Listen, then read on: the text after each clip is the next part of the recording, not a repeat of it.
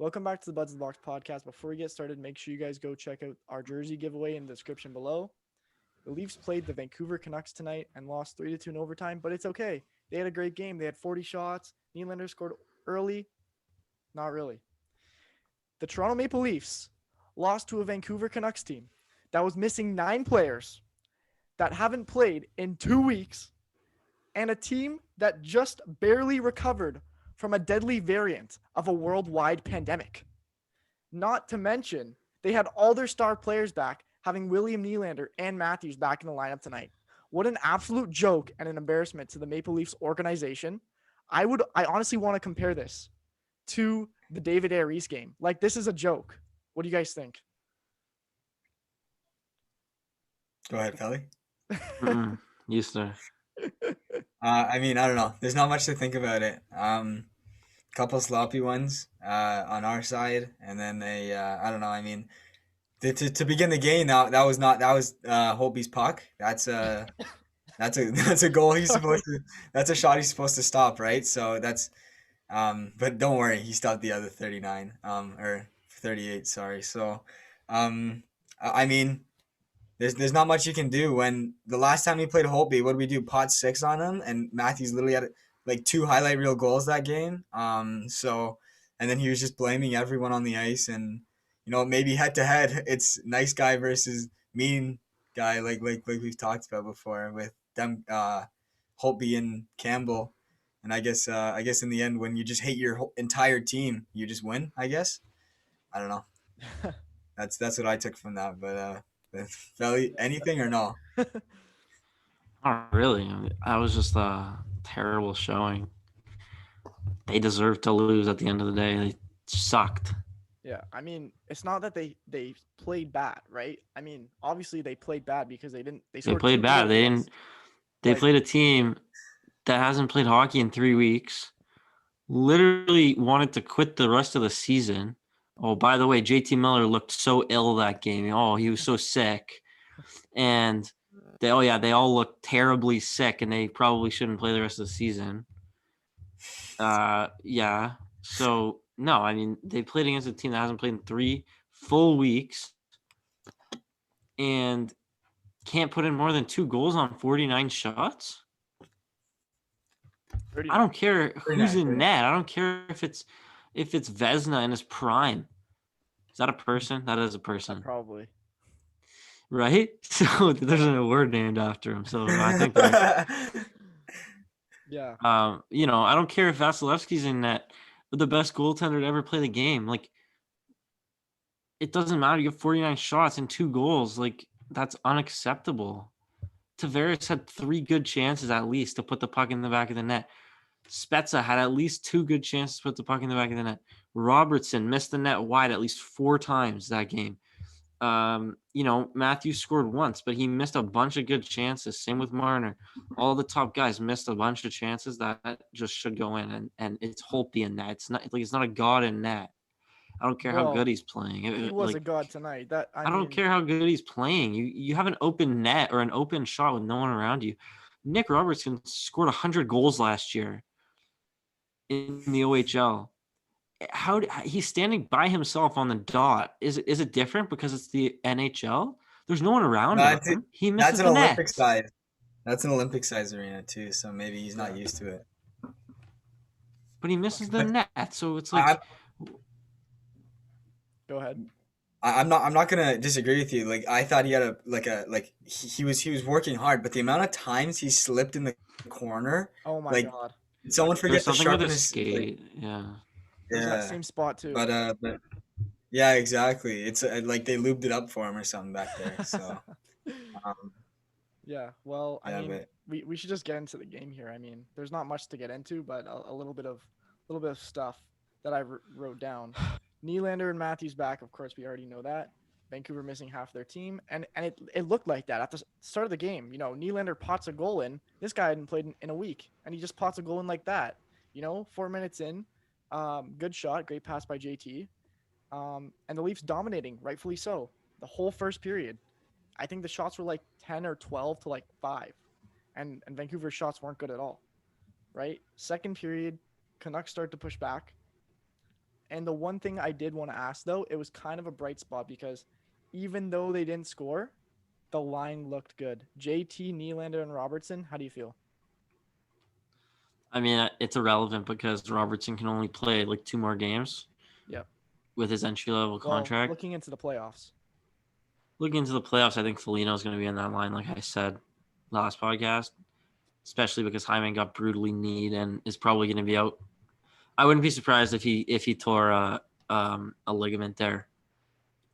There's a possibility. I don't want to put it out into the universe, but there's a possibility he doesn't return for the rest of the year, including the playoffs, because of that dirty hit by a dirty player. Like I don't know. Alex Edler, like he got suspended for kneeing before.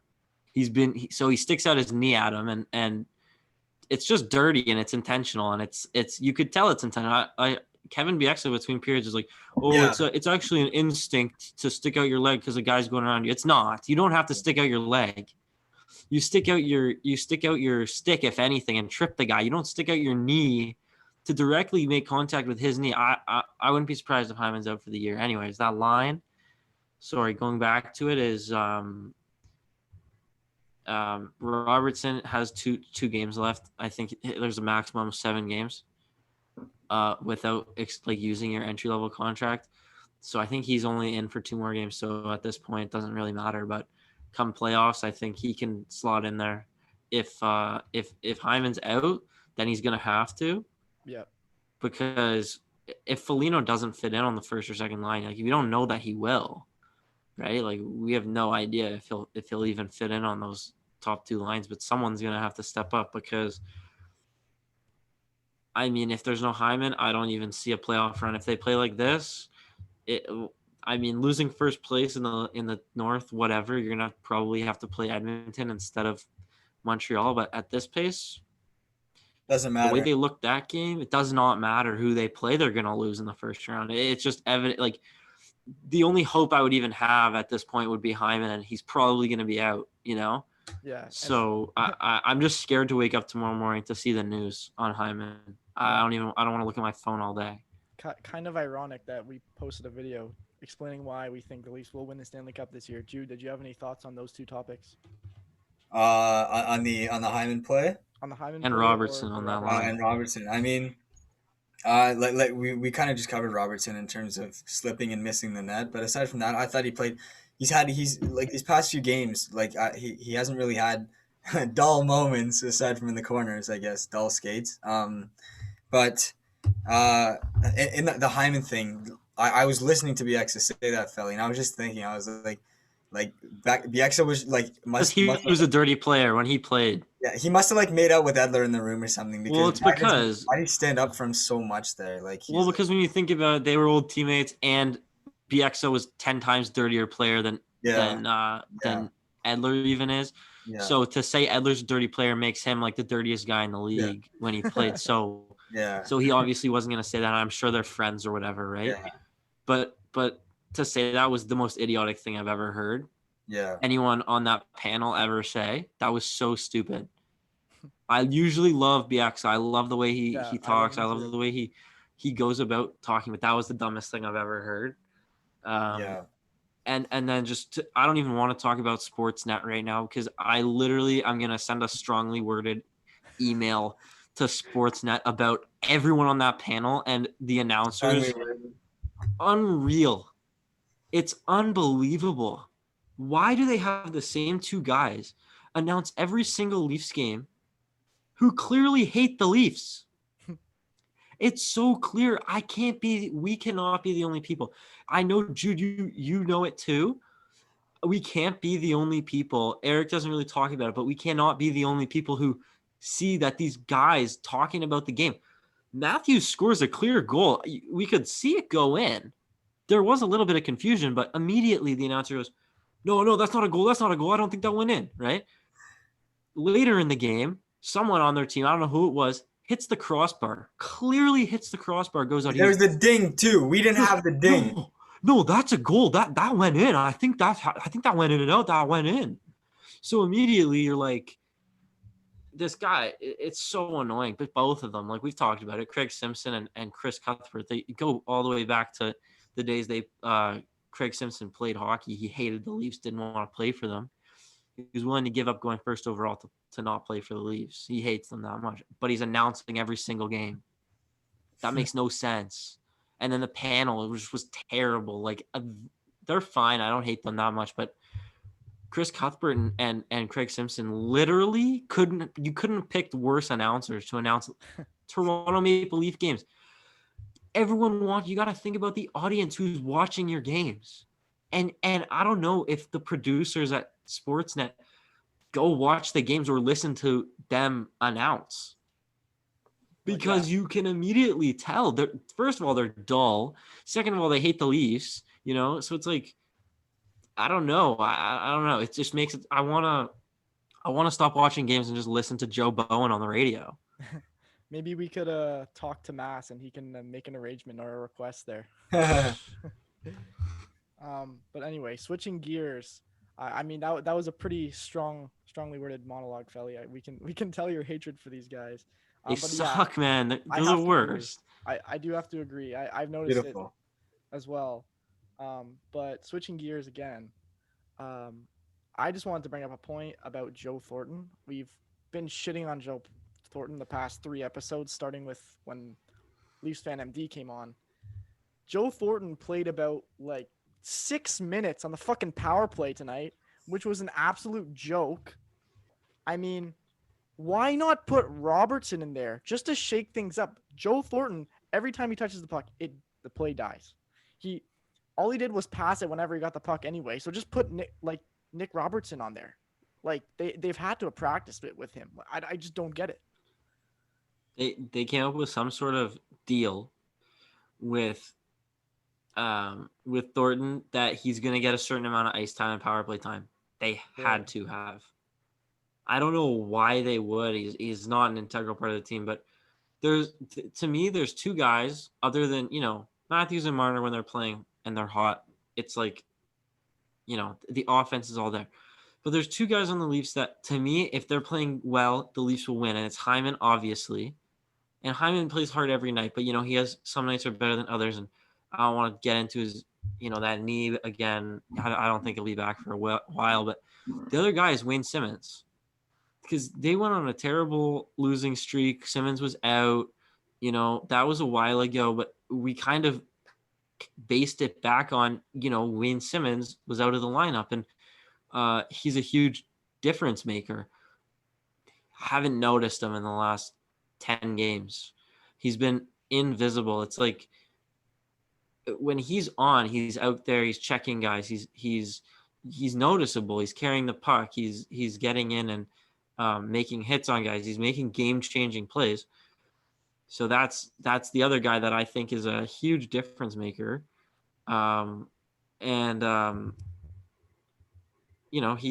He's a big part of the Leafs team. So and then Campbell, he's not so much of like a he's not a player, and I think Simmons and Hyman are the 2 guys that have to be on to win.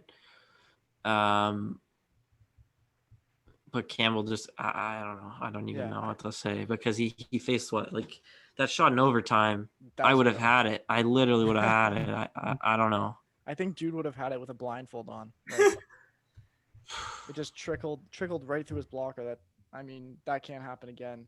The Leafs do end up scoring a power play goal though, with 19 seconds left. A 5-minute. Yeah, the 5-minute power play that we got from Edler's major penalty. And it was a good play, good entry, and Nylander with a good pass to Matthews. He had a good night tonight. And then just like that, a minute later, good transitions by the Canucks. And like Jude said right before the podcast, he was talking to me about the game. All the Canucks did was, just let the Leafs pressure, Holtby bailed them out, and boom, shoot it down the ice and hope for the best. And that's exactly what happened. Oh, okay. Sorry, Eric.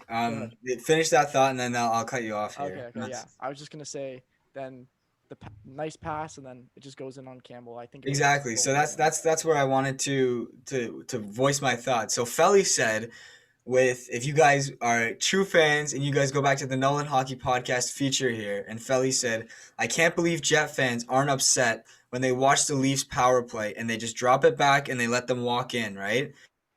So, on that note, us as Leaf fans, say we had a Canucks podcast fan here, when you watch their breakout, they literally have one person swing low, and whoever our defenseman is, sits there. In the past, got there every single time. That's how they won the game. That's how they scored the second goal, and that was their game plan, was to just let us dipsy doodle have brilliant chances against Holtby, who's been terrible this season, and then they just Myers would just shoot it from the far corner, far left side, and they just break in and take like a decently risked shot, and it just go in on Campbell, and that's how they won the game. That was their game plan. So I just thought, as a Leaf fan, watching that pass, and it wasn't just those on the goals. It was just watching that pass connect was just hurt to watch. Like you can't just bite there like as much. I don't know, but after that first time, they didn't notice that's what they were looking for. They were looking for that, to get that quick step into the zone and take a shot. Like that's exactly what happened with the Nylander goal too. Quick step into the zone, he took a shot, and we go up in the game, and then that's how we lost the game also. So. But listen, if you can let a team do that, that's like the perfect game plan ever. Exactly. They're all over them, and if the only chances they're getting is stepping over the line on the left side and shooting it, yeah, that's the perfect game in my eyes. Yeah. How do you let in 3 goals with them doing that?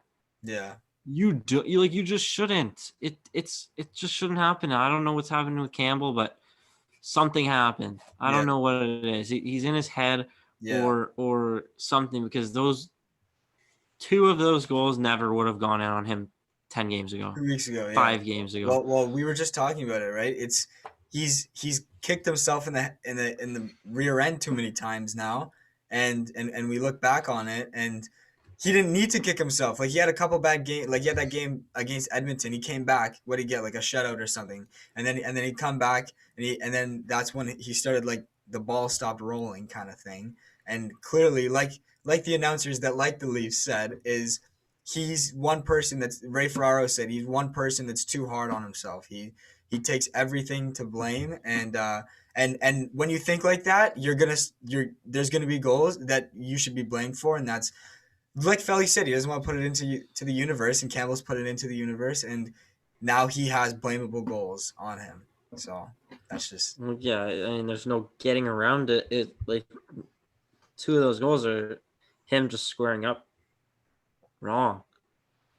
there must be something about Horvat's release, because how did that work twice on him?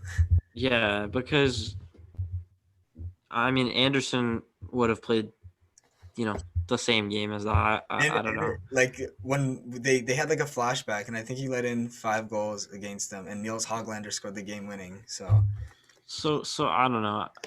What do you do now? What do you do with the goalies now? You sit Campbell after you give him all this confidence, and then you go sit him the next game on Tuesday, or start Riddick. I mean, Riddick to me played a better game than any Leaf goalie has. He's let in a couple bad goals. I know he's only played a game and a half or whatever, but fine with me if you start Riddick. He let in 1 bad goal, and that was it was decent on the Marner goal. I rewatched it, and then there was the Goudreau goal in OT, and that's controversial because that's a breakaway in OT. So 1 bad goal is allowed, and that's the thing with I think.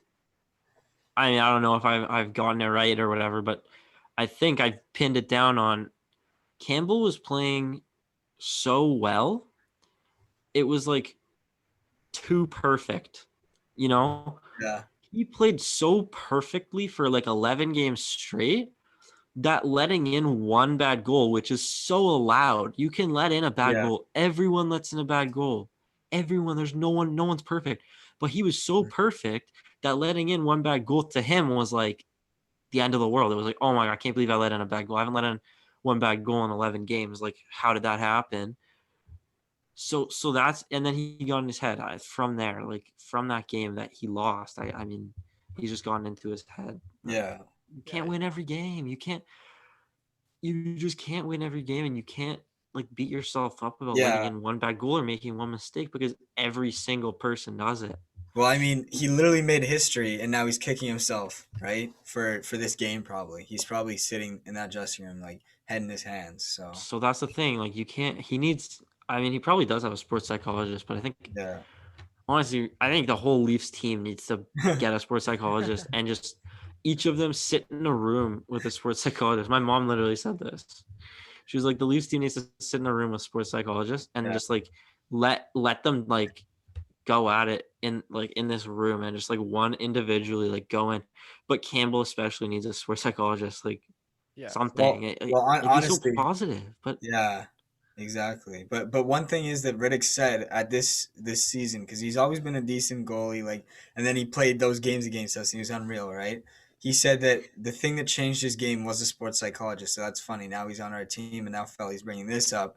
It honestly it helps every player. As much as you think you could be the perfect player, you no one has that mental side. Like no one has the edge, and if you do, you're in the NHL, and even in the NHL no even like everyone struggles with things mentally, so in that sense you that's a great option, but you never know, Felly, in terms of confidence, if he thinks, oh god, what if the Leafs just gave me that because I'm playing so horribly, you know what I mean? So well, I don't know who has to do it, whether it's a sports psychologist or not, but someone has to tell him, maybe like his wife or something, or like John Tavares has to go up to him in the room as the captain and say like, man, don't be so hard on yourself in these press conferences. Just like it's one bad goal, get over it. It's not your fault that we lost the game. And it really isn't his fault. You know, Bo Horvat should never be coming down the left wing by himself in overtime when there's three guys on the ice. Yeah. It's 3-on-3. You take one guy. Why is he all alone? You know?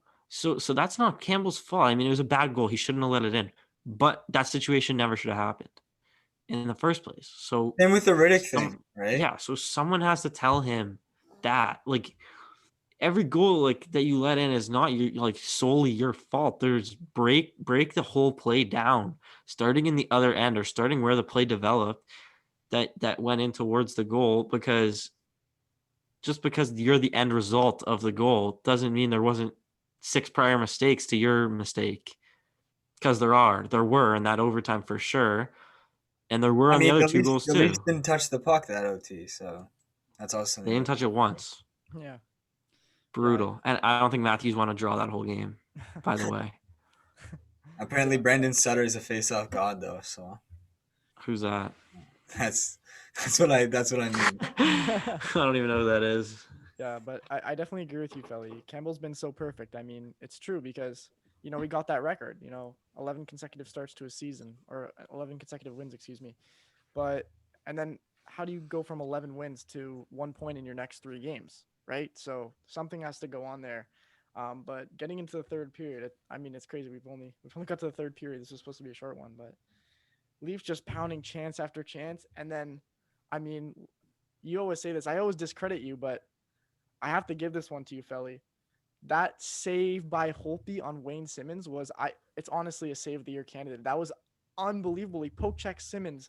It That goes was into not a the save air. of the year candidate, buddy. Bro, that was going in. That was going in. That was not And a then save his of the year candidate. left This guy pad, poke his checked left it. pad into the air. Yeah, that was his own fault. Doesn't matter. That Okay, still well, saves think on of the window Campbell of poke play. check on Besser. He just didn't spin on his back. Right, but still, like goalies, the reason highlight saves, I think Kevin Biexo says that. I think the highlight save was the save when it went in the net and Marner pointed at the puck in the net and he managed to make it look like it wasn't in the net. That's the highlight. There you go. He did win the game for them because he literally pulled the puck out of the net. Yeah, breaking news on the Reds and Box podcast. Leafs won the game. But anyway, I don't know. I thought that was save of the year. It looked straight out of NHL 21. You know what? It was a good save. Like, no doubt about it. I don't know about save of the year, but Okay, yeah, maybe I exaggerated. The Galchenyuk save. That was a good save. That was a good save as well. But it was a game-changing save. That just happens. 100%. Like, that's just how it is. You usually gain momentum from a big play, like whether it's a hit or a fight, or a goal or a save. Mhm. Team gains momentum, and that's what happened. I mean, Yeah, it's not even like the Leafs lost momentum though. They went at it, and Marner scored. yeah. But it is what it is. I don't know why we didn't see the in-net view of that goal. I was just Someone waiting for wants that to cam, and then explain that to me yeah. because the puck clearly looked like it went over the line from his pad. That's just a veteran goalie, covering the puck and from every angle I mean, he possible. literally pulled it out of the net, and Craig Simpson, as much as he hates us, he went, "Oh, you just pulled it out of the net there." Yeah, that was like the one time he realized. Yeah. But I mean, it did create momentum for the Vancouver Canucks, and a turnover by Marner leads to a Vancouver goal. And I mean, nothing Campbell can really do about that. It was just a rebound, and Hoglander was in the right place at the right time. Both chances, huge chances for both teams. Excuse me. And another one for Matthews off the crossbar. I was in awe, unbelievable. And then the game goes into overtime, and as you guys said, like the first goal, Horvat gets a chance on the left side of the ice and just puts it by Campbell. Campbell should have had it. Do you guys have anything else to say about it? No, No? the Leafs. Go ahead. The Leafs didn't touch the puck all overtime, Yeah, that's true. which is absolutely brutal. But what are you supposed to do? Like, how are we gonna win that OT if we don't? The thing is as much as we hate those announcers, they said it's a game of keep away. You get the puck in OT and you don't turn it over, and somehow JT Miller has enough time to wind a slap shot up. The sick JT Miller has a laser beam from the slot, misses the net, and they just start cycling it again, and Myers loses possession, goes out of the zone, and that creates a beautiful rush for Horvat somehow. Somehow them bobbling the puck. It's just No, JT Like- Miller is so ill. He can't play for the rest of the year. He thinks they should all sit out the rest of the year. This guy's flying down the wing like no one's business. Like, what are you talking about? Like, I'm not undermining that he's sick, that they were sick or whatever, but come on, like that's bull. Like, he says that, oh, we should sit for the rest of the year. We're all so sick. It's like it's inhumane to put us back on the ice right now. All this stuff, and then come out win, and now he's like super excited to play. Like, all like come on. Yeah. I mean, at least I will encourage them to play for the rest of the season. And we play them Tuesday or Monday? Tuesday. He just wants to get paid for doing nothing. Who? That's what it is. Oh, yeah, JT Miller. Yeah, he wants to keep getting paid but not do anything. Well, I mean, I think we've said everything that we need to say. We've ripped on the Leafs. Hopefully on Tuesday we can come back and keep fighting for that first place spot. And I mean, that's about it. So, unless you guys have any last minute comments. No, I mean the first place spot doesn't really matter at this Yeah. point. If I don't really care who they play in the playoffs. I want to win a playoff series, but at this point, it doesn't really matter who they play. As long as they're in the playoffs, they're gonna make the playoffs, right? But they're gonna end up playing them anyway. whether they play Calgary, Montreal, or Edmonton, or the Jets, I don't think they're gonna play the Jets. But they just can't play like that. Yeah, That's it. That's it. That's for sure. So. And I guess we'll end it here. So thank you guys for watching on YouTube. Make sure to like, comment, subscribe. If you're watching on Spotify, then you're awesome. Make sure to follow us there. And we'll see you guys next time. This has been the Buds in the Box podcast. Bye for now.